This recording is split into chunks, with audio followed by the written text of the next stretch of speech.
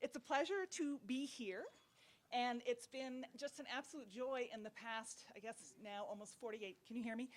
48 hours to have met many of you. I've sat at a different table at every single event trying to meet as many people as possible, and I've really enjoyed it. And it's funny, but I now realize what this project was about.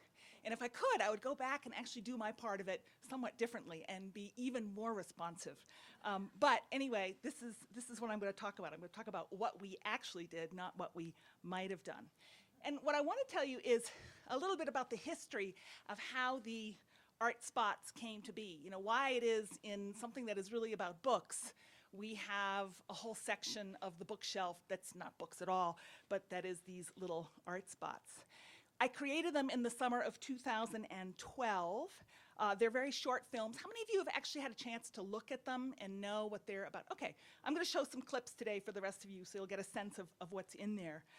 Of course, when I made them, I wasn't working alone. I was working with the wonderful, and I really am convinced of this, really wonderful and dedicated people of NEH and ALA. Also a group from Minnesota Public Television who were the actual producers of the art spots. And I think that these films actually could be a very useful resource for your constituents.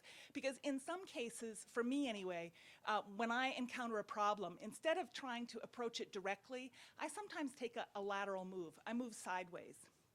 And the art spots are a kind of sideways move.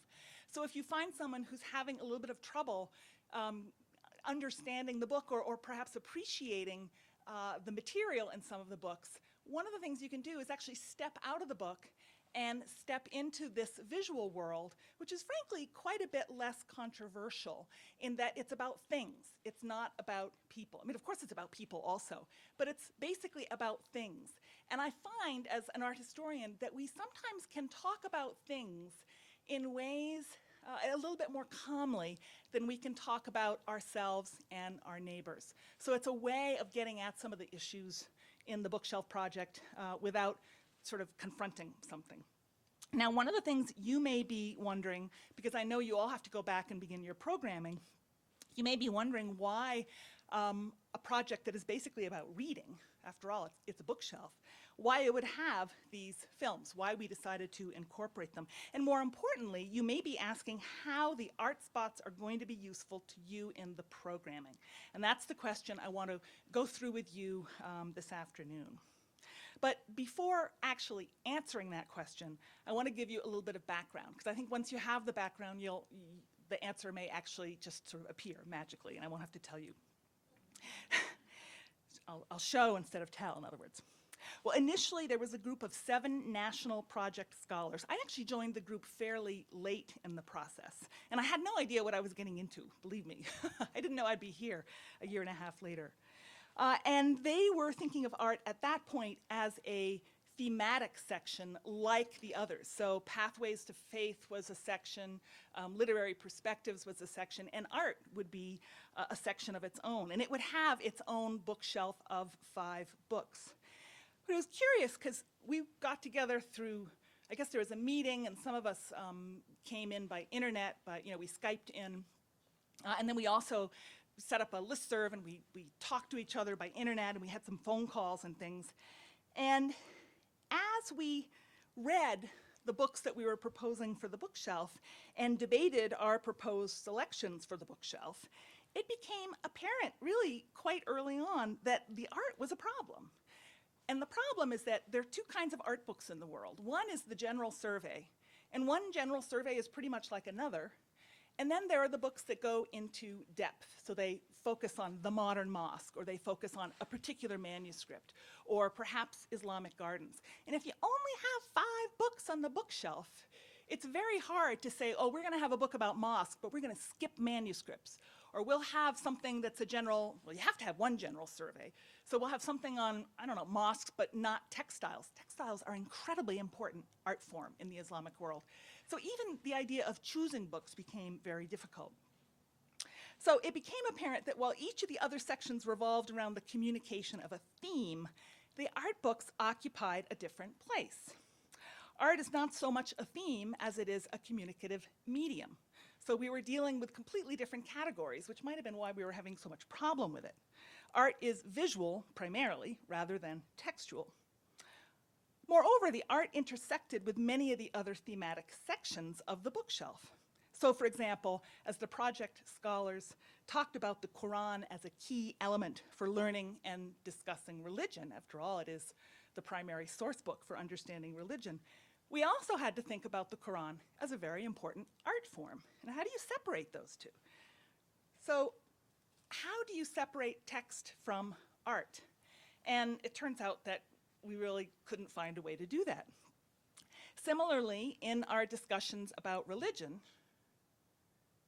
oh, you know what I'm not doing? I'm not showing you any of my, I brought the mouse, I should use it.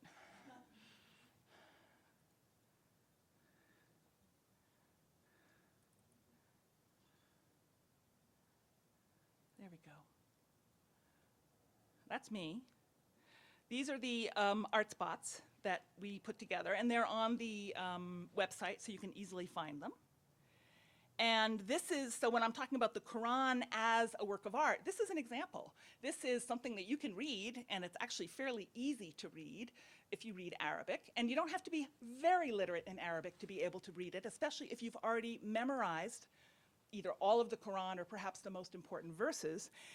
So it's not that hard to read, but it doesn't even matter if you can read it to be able to appreciate it as a visual object, as a work of art, because you can see it is highly embellished. From the letters, which are very carefully written and very beautiful as just patterns on the page, to those headings that are rendered in gold leaf and really, really quite lovely.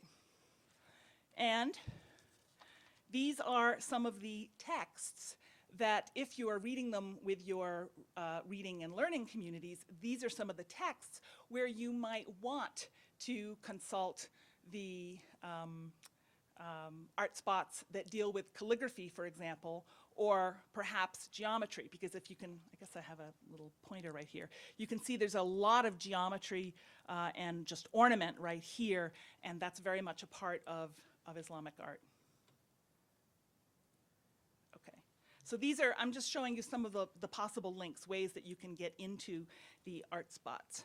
So similarly, in our discussion about religion, we talked about the mosque as a central social institution, but also we had to consider it as a type of architecture. And it's not just one type of architecture. Really, there are a lot of different kinds of mosques in the Islamic world. So it's a space where group prayer occurs, and in many ways it defines the Islamic community. But why would we separate the mosque under the thematic heading of art and architecture when its meaning comes from the cultural and religious practice that occurs there? So once again, we were sort of stuck with this question of categories. And here I'm just showing you that if you are working with the readers on the Pathways of Faith theme, there is an art spot on mosques that I think would actually be very useful because you can actually see the places where actual people pray. So ultimately, we decided to treat the arts not as a separate category, but a supplement that accompanies and expands upon the themes of the other sections. And I made 7 of them. None of them are longer than 10 minutes. So when we had our breakout session just an hour ago, I was comparing them to YouTube. You know, it's 8 minutes. Anyone can watch an 8-minute film, 8 or 10 minutes. And they are very much aimed at public audiences who don't need to know anything about Islamic art in order to enjoy and learn from them. And again, because I am explaining in them something about society and the way society has values and the way society works. But again, I'm not so much talking about people as I am about the places that people inhabit and the things that they use. And so it can be, for those of you who are worried perhaps about pushback reactions or people who think that this whole project is really a proselytizing project to somehow insert Islam into the very heart of the American people, this is a kind of way of taking a sideways step and really not talking about religion, but talking about architecture, which is, of course, a place where religion happens, religious practice happens, but you can focus on the architecture. They are also, of course, free and available online, so people can watch them at home. You don't have to actually check out the DVD to be able to watch them. So if your assigned reading for the week is the Leo Africanus, for example, you could very easily, and here we can look at travel, you can very easily also suggest that your readers might want to look at the travel art spot, which talks about how people traveled, literally how they traveled in boats, on paved roads, and things like that in the early Islamic world. So, returning to the question of how the art spots can be useful in programming for your institutions, I'd like to walk you through some of the themes that I focused on in the films and show how they intersect with the themes of the book, starting with the theme of travel. And there are 4 books in the bookshelf that directly address the question of travel. And there are 4 really good ones, I might add. One of them I chose. Yay! There's also an art spot dedicated to the architecture. There's an art spot dedicated to the architecture of travel and also to pictorial representations of travel. And here are 2 of them shown here. The one on the left is a manuscript image of pilgrims returning from the Great Pilgrimage, it's called the Hajj. And you can see that it's a parade. This is also something that reappears in the textiles art spot, because if you look really carefully, you can see that even the horses are dressed up with very fine textiles that have writing on them. This is actually not an object so much as it is a kind of tent perched on top of a camel. Even the banners are all made of textiles. So there are these ways in which the themes, even within the art spots, kind of cross-fertilize. And now I just want to take a little break. I have to hit escape. I want to take a little break and just show you a very short clip from one of those films.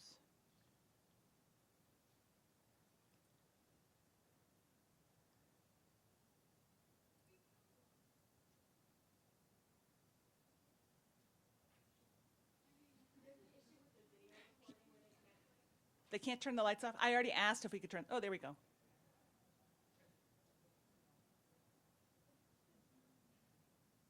Why is that not starting, Lainey? Am I doing something wrong? Oh, I'm sure I am.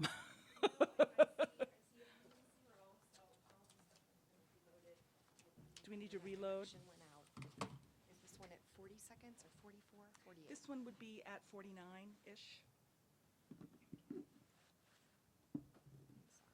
That's all right. Happens to me in class all the time. So one of the things you're going to, oh, there we go. Perfect. Mm-hmm. And far-reaching commercial networks. This map shows the routes taken by the famed 14th century writer Ibn Battuta. Setting out from Morocco at the age of 21, he went across North Africa to the Arabian Peninsula, Iran, Afghanistan, South Asia, eventually reaching China. He was in many respects like Leo Africanus, whose story you can read in the Connected Histories portion of the Muslim Journeys bookshelf. Muslims are obliged to make the pilgrimage, called the Hajj, to Mecca once in their lifetimes if they are able. The Hajj is an extraordinary event occurring each year in which Muslims from all over the world converge in the sacred city of Mecca in present-day Saudi Arabia, typically arriving in large convoys. There they perform a series of ritual acts that include donning white garments, drinking from the Zamzam well where Abraham's wife Hagar miraculously found water in the desert, and then circumambulating the black textile-draped Kaaba. The Kaaba is an ancient cubical stone structure built by Abraham according to Muslim belief. The pilgrimage was long and dangerous, and illustrated handbooks were written to guide the travelers along the route and also within the holy cities of Mecca and Medina. So, for example, the handbook with this picture of a sea crossing advises pilgrims to avoid ships that are overloaded and tells them how to store their luggage and deal with seasickness. Also, when needed, that they should help bail water out of the boats. We see the ships, which travel in fleets. Loaded with passengers, their colorful sails billow as sailors handle the ropes.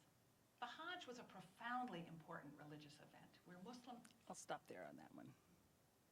And do I hit escape? Yes.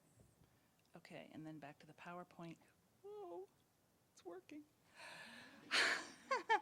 So one of the things that we learn in this art spot is how directions were calculated in an age before road signage or navigational maps. I mean, eventually we've seen from Giancarlo's presentation that they had maps and some rather detailed ones, but in the early centuries when they're conquering, for example, North Africa and finding their way to Spain, how on earth did they find it? You know, how did they know what was out there except that you head west? And you know, I personally drive with someone who frequently uses that same system to find his destination.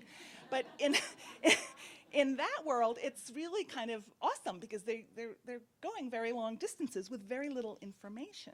So it also talks about how travel occurred, whether it occurred in ships, in caravans, on paved roads. There were paved roads. It describes the remarkable extent of journeys taken by travelers like Ibn Battuta. He went from the Atlantic coast all the way to the Pacific coast of China, which is just remarkable. And it shows how some travelers, or many travelers in fact, were housed in inns called caravanserais. So it talks about the architecture of the inn, which is actually very important to understand the growth in long-distance economy for the Islamic world. These lined the highways of the Silk Route, but they also, and I'm showing you a picture here of an urban caravanserai. They might be located in the city near the markets where merchants would be going, perhaps with valuable goods like books, very expensive items, or gold, things like that, and they want to be in a safe place. So they go to these inns that only have one very well-guarded doorway, and these enormous portals, we're inside this one, but usually they have these enormous portals that announce the fact that you have arrived at basically the Howard Johnsons of its day. And you know Howard Johnsons, those of you who are my age or older, always had those orange roofs so you could see them from way down the highway. It meant you were going to get an ice cream cone and a nice, not very expensive meal and a clean place where families could stay. So it's this kind of visual signage to tell people what they could expect. While the biography of Leo Africanus explained that some of his travel was not voluntary. Remember, he was enslaved, so he didn't actually want to go to Rome. The art spot on trade and travel discusses other key motives for travel. One of them, of course, is the pilgrimage. If you have a mandate in Islam that says that anyone who is able to must make that long-distance trip to Mecca once in his and her lifetime, you have a lot of people who sooner or later are going to need luggage and are going to need to find their way to Mecca. So there's a lot of people converging on a central point and probably meeting very interesting people in that central point and then going back out again to wherever they came from. So there's this kind of inhaling and exhaling that happens in that world. And then, of course, long-distance trade, the exchange of people. There was an exchange of people through slavery. For example, lots and lots of slaves were brought from southern Russia, from the Turkic steppe, into Syria and Egypt. And also you have slavery occurring in the African continent moving northward. So you have this tremendous mixing that happens in Islamic society. And that's a form of trade, after all. And then, of course, the trade of precious goods. This manuscript, which is in the travel art spot, shows porcelain. I actually love this image. It shows porcelain being brought from China, which is where it was made. It took a long time for Muslims to figure out how to make fine china. So the Chinese kind of had a corner on that market for a long, long time. And so to get it, they had to import it. And you see this cart that is loaded with some rather large works of porcelain painted with that characteristic blue glaze that even today you can find whenever you go looking for Chinese ceramics. So it's very typical. Okay, so these, the art spot on trade and travel can help explain to your readers, I think, why the histories in Connected Histories were able to connect and able to communicate. So it can kind of materialize that and make it palpable in ways that for some readers, they will respond to that because they may be as kind of materially oriented and practical about these kinds of questions as I know I am. So another theme was the theme of faith. The art spots on the mosque and also on calligraphy dovetail with the pathways of faith theme of the bookshelf. The mosque art spot, for example, explains what a mosque looks like in various areas of the Islamic world and how it's used. This is actually the mosque in my town. I've lectured there, and I know many of the people who pray there. I'm going to show you a very short excerpt. Are we going to have to cue this up? We're going to show you a short, is that it though, right there? Does that one work? Yep, that one's worked. Okay, that's queued up. This is a shorter clip. Oh no, we lost it. Yeah, sorry. So that one we want to go to 38, yeah. So it starts with the mosque where I live. And so I think you can see immediately that it links to American stories, that this is not Islam happening somewhere off in, in the far corners of the world. It's happening around the corner. It's my neighbors, right? And I teach them, and I teach with them, and I shop with them, and I lecture at their mosque. And it's to remind, this was an intentional strategy on my part to remind viewers that Islam is an American religion. It's actually a very large numbers of Americans are now Muslim. Is that ready to go? Okay. And pray anywhere. But community prayer takes place on Fridays in a congregational mosque. This is the mosque in Urbana, Illinois, down the street from my house, where my neighbors meet for worship and to take classes in religious education. In its distinctive red and white arched entrance, it isn't following the typical architectural style of Illinois. Instead, it is quoting a much older mosque in southern Spain that was also distinctive for its colorful arcades. The Great Mosque of Córdoba, built between the 8th and 10th centuries in southern Spain, consisted of two parts, an open courtyard and a roofed prayer hall. The prayer hall is oriented to Mecca, which is the direction toward which Muslims pray. Here, you can see the red and white arches that inspired the Illinois mosque. The prayer hall in the Córdoba Mosque is often described as a forest of columns. Constructing the hall with multiple columns in this way meant that it could be easily expanded, and many mosques were enlarged as their communities grew. The columns held up the arches that supported the roof, but they served another purpose as well.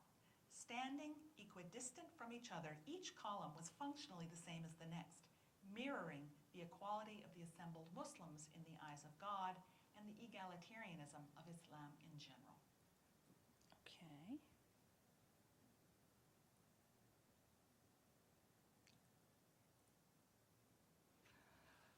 So from talking about the mosque around the corner from me, the art spots then proceed to talk about difference among mosques, and talks about mosques in Spain, in Mali, in Egypt, Iraq, Turkey, Indonesia, and shows the similarities and the differences among those places of prayer. And in that sense, I hope it can again contribute to the connected histories idea, that these mosques are connected, but even within the Islamic world, there's enormous difference.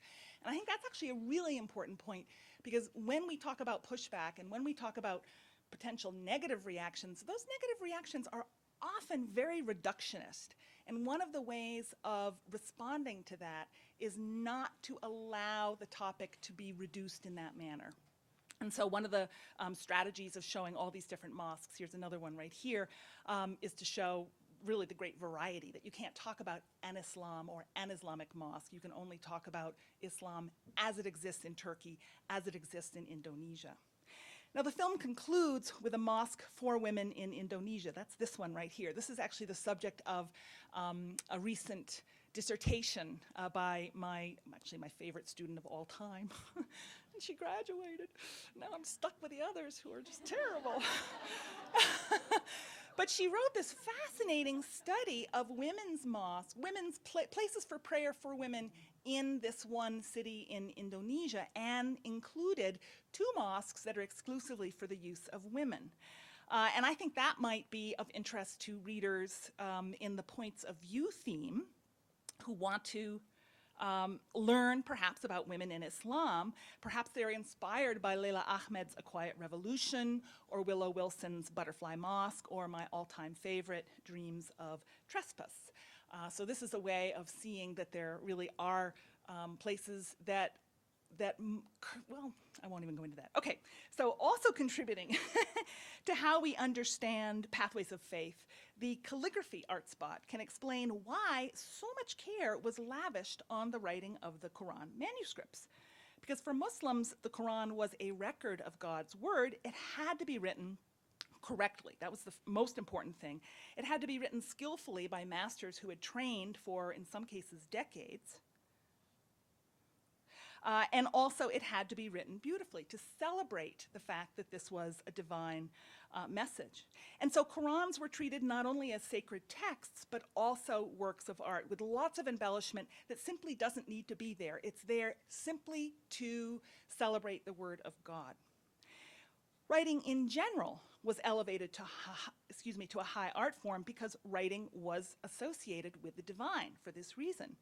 God was not seen or depicted in Islamic art, only heard through the reading and recitation of the Quran. So the Quran becomes very important in a way, if you want to think in parallel terms. In Christianity, in the medieval era, think of churches that always have pictures of Christ and the apostles and the sheep and the seasons and all these various scenes that is visually portraying the narrative content and telling you what you need to do to achieve salvation. But in Islam, you don't have any of that pictorial way of communicating. It is communicated through script. And that can be, for some people, especially for our constituents, it may be a little alienating because most of them, probably won't be able to read the script. But again, I think if you can simply communicate the idea that the script was regarded as an object of beauty, that in and of itself is probably the single most important thing they could learn about it. We see the refined calligraphy in a variety of script styles in official documents. The upper left is a signature of an Ottoman sultan. It's the most elaborate signature I've ever seen. Of course, he didn't write it. He had a scribe who spent hours writing it for him. But nonetheless, that's his signature. We also see calligraphy in things like Persian tiles on the left. Now, I can make the same kind of lament that Giancarlo made yesterday when he talked about his missing fonts. You can't see how beautiful and saturated the color is here because of the lighting in this room. But when you look at the art spots, I think you will see some truly delectable visual imagery. And the tile on the lower left is one of my favorites. It's from Iran. And then on the right, you can actually see a calligraphy page where probably a master, was displaying his ability to write in a variety of different scripts. And then also it's showing off different kinds of paper, the marbling, the framing. It's really a very lovely piece. Sometimes, of course, in these, and again, I draw your attention to the one in the upper left and the one in the lower left, sometimes in these, the script was unreadable even to people who read Arabic, Turkish, and Persian. It wasn't really meant to be read. It was meant to be simply recognized as a sign.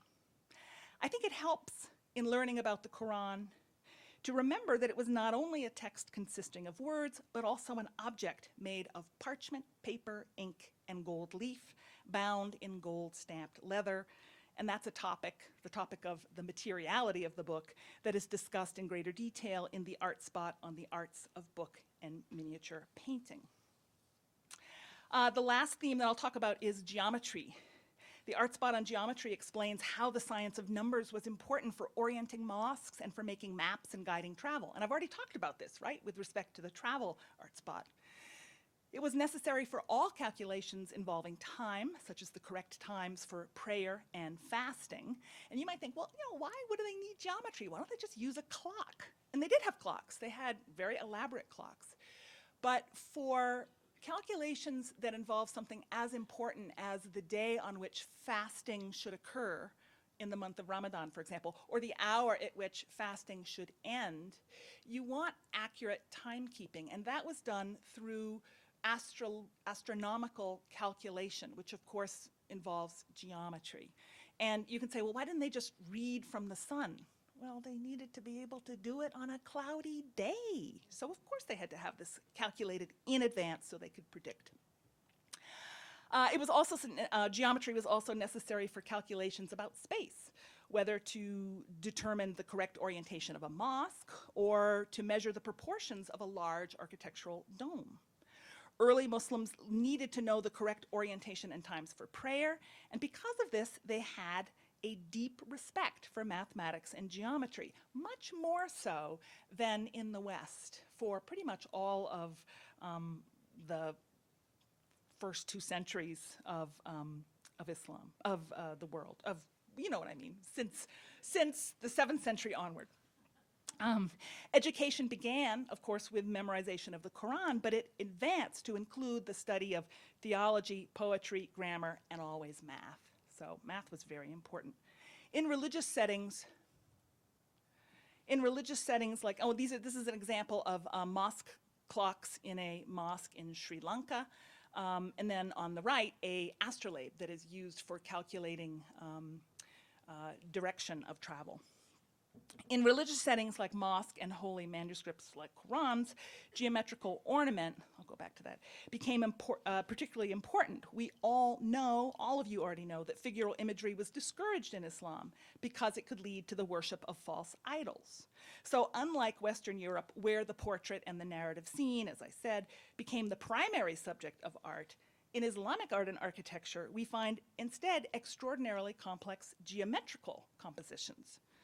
But, and I think this is important, the love of abstract pattern was not simply a replacement for the absent image. So it's not Islam's way of compensating for something that they lack. That's very important. It reflected the highly sophisticated mathematical knowledge that flourished in the 9th, 10th, 11th, and 12th century Islamic world, in part because of their willingness to read and profit from ancient Greek and Latin treatises. Unlike the West, Muslims were not worried about possible contamination by pagan knowledge. And 2 texts where this is addressed that will dovetail nicely with the art spot on geometry are the Al-Khalili and the Menokal books.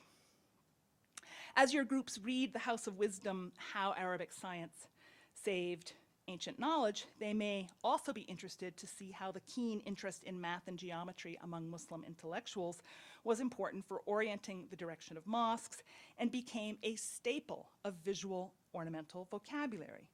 In other words, as the film on geometry explains, geometrical thinking permeated not only the sciences, but also the arts. So again, I'm trying to create a crossover from text to image. And this is the last clip I'll show you. And we know it's not going to work, right? That would be too good. I know. Should we just try it? Yeah. Okay. And we want to cue to 140.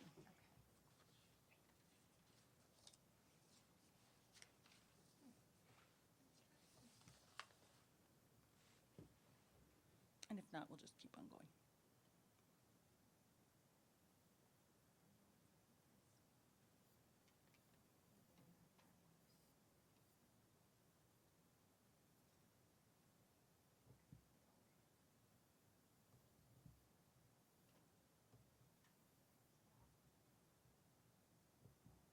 It's all right. Yeah, that's okay. All right, I was going to show you another, some very lovely geometry, but that's okay. So let me get back to PowerPoint. We can finish up.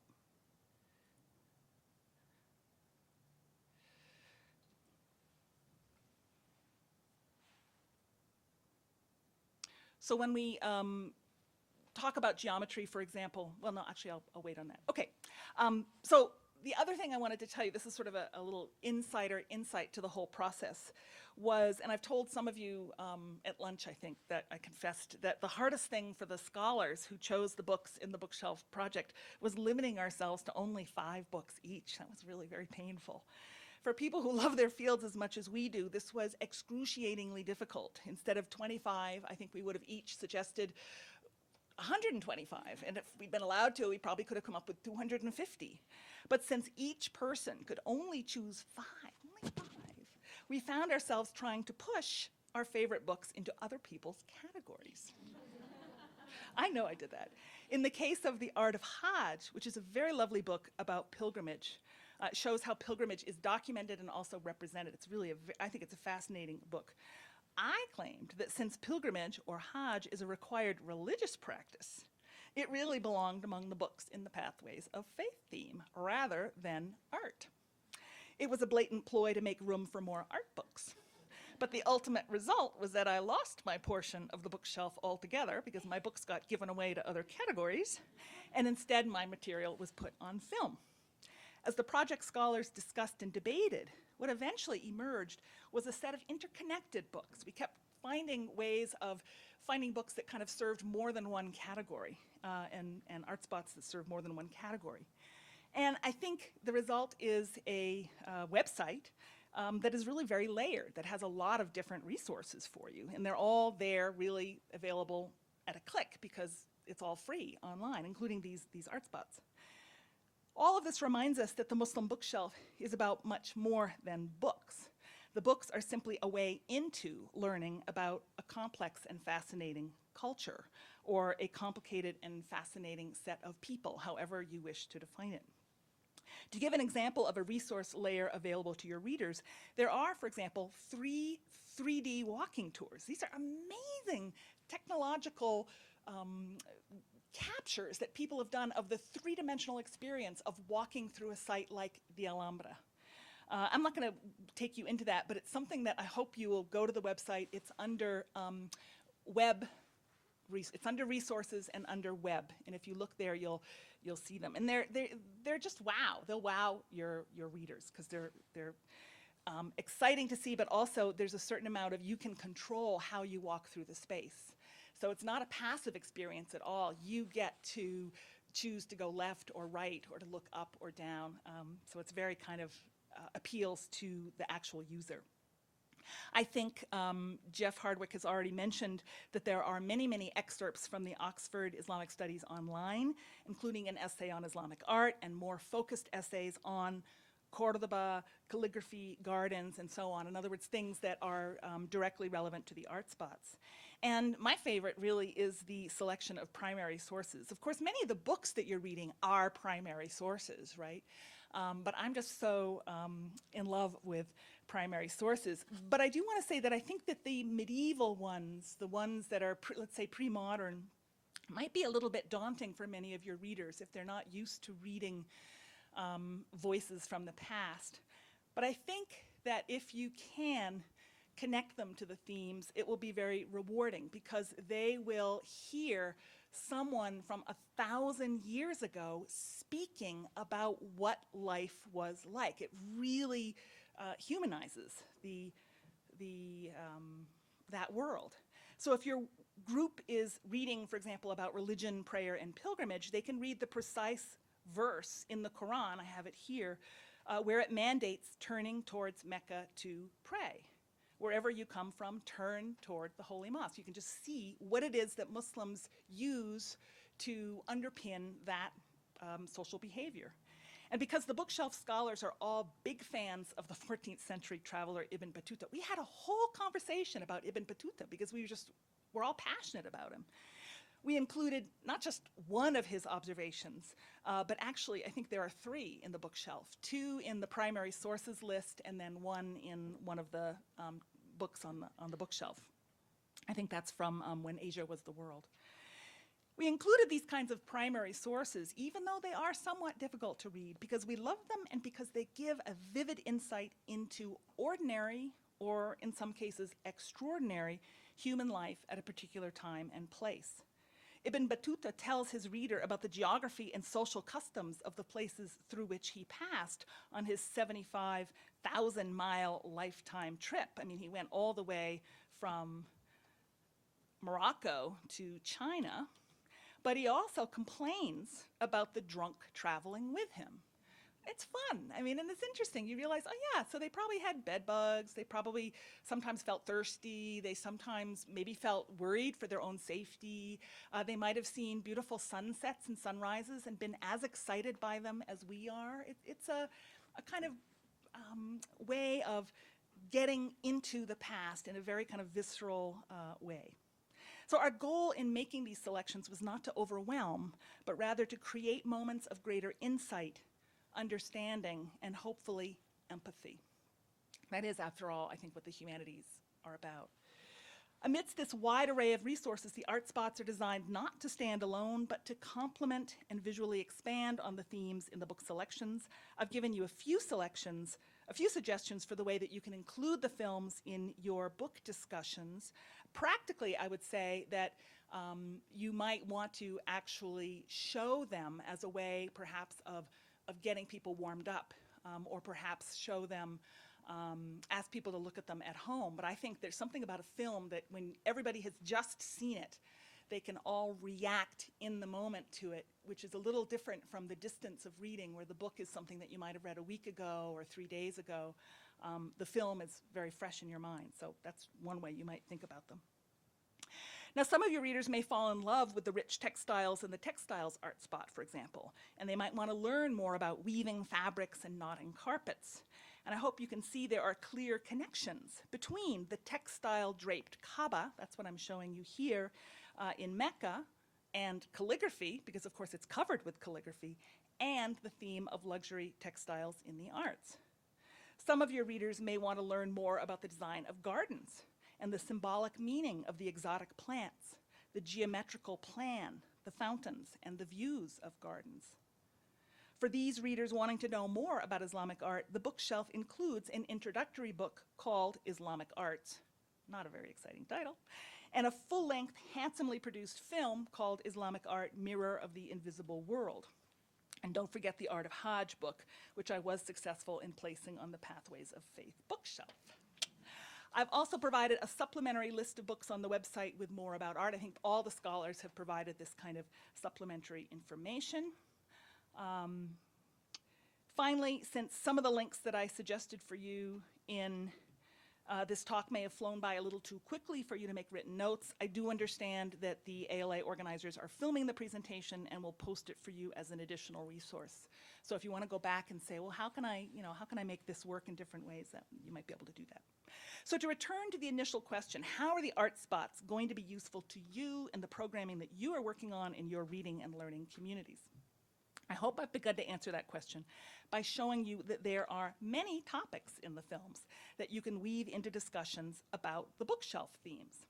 And surely in the course of discussion, your readers will begin to pursue their own lines of inquiry. I think that's probably the most exciting thing that will come out of it, is that they will take charge of their own reading experience. And they'll want to learn more about specific topics, like women in Islam, like garden design, books and libraries. I mean, they might be interested to know that books in libraries in the Islamic world were not filed like this. They were always stacked like that, which is, it's a shelving problem, right, for librarians. It's kind of interesting.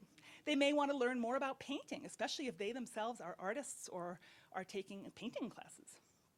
In that sense, the art spots and the book selections themselves and all the other bookshelf resources are not destinations, but thresholds. They are points of beginning to encourage people to continue onward. And ultimately, of course, it is not just the art or the books that we are studying, but the human condition. And I realized that that completely contradicted what I said at the beginning, where I said, oh, there's no people here, it's just stuff, so it's much easier to talk about it because it's just objects. But I do think that the objects are the product of humanity, and they reflect that. So ultimately, we are looking at the human condition, which is at the heart of the humanities and the heart of those wonderful institutions, the American Library Association and the National Endowment for the Humanities. Thank you.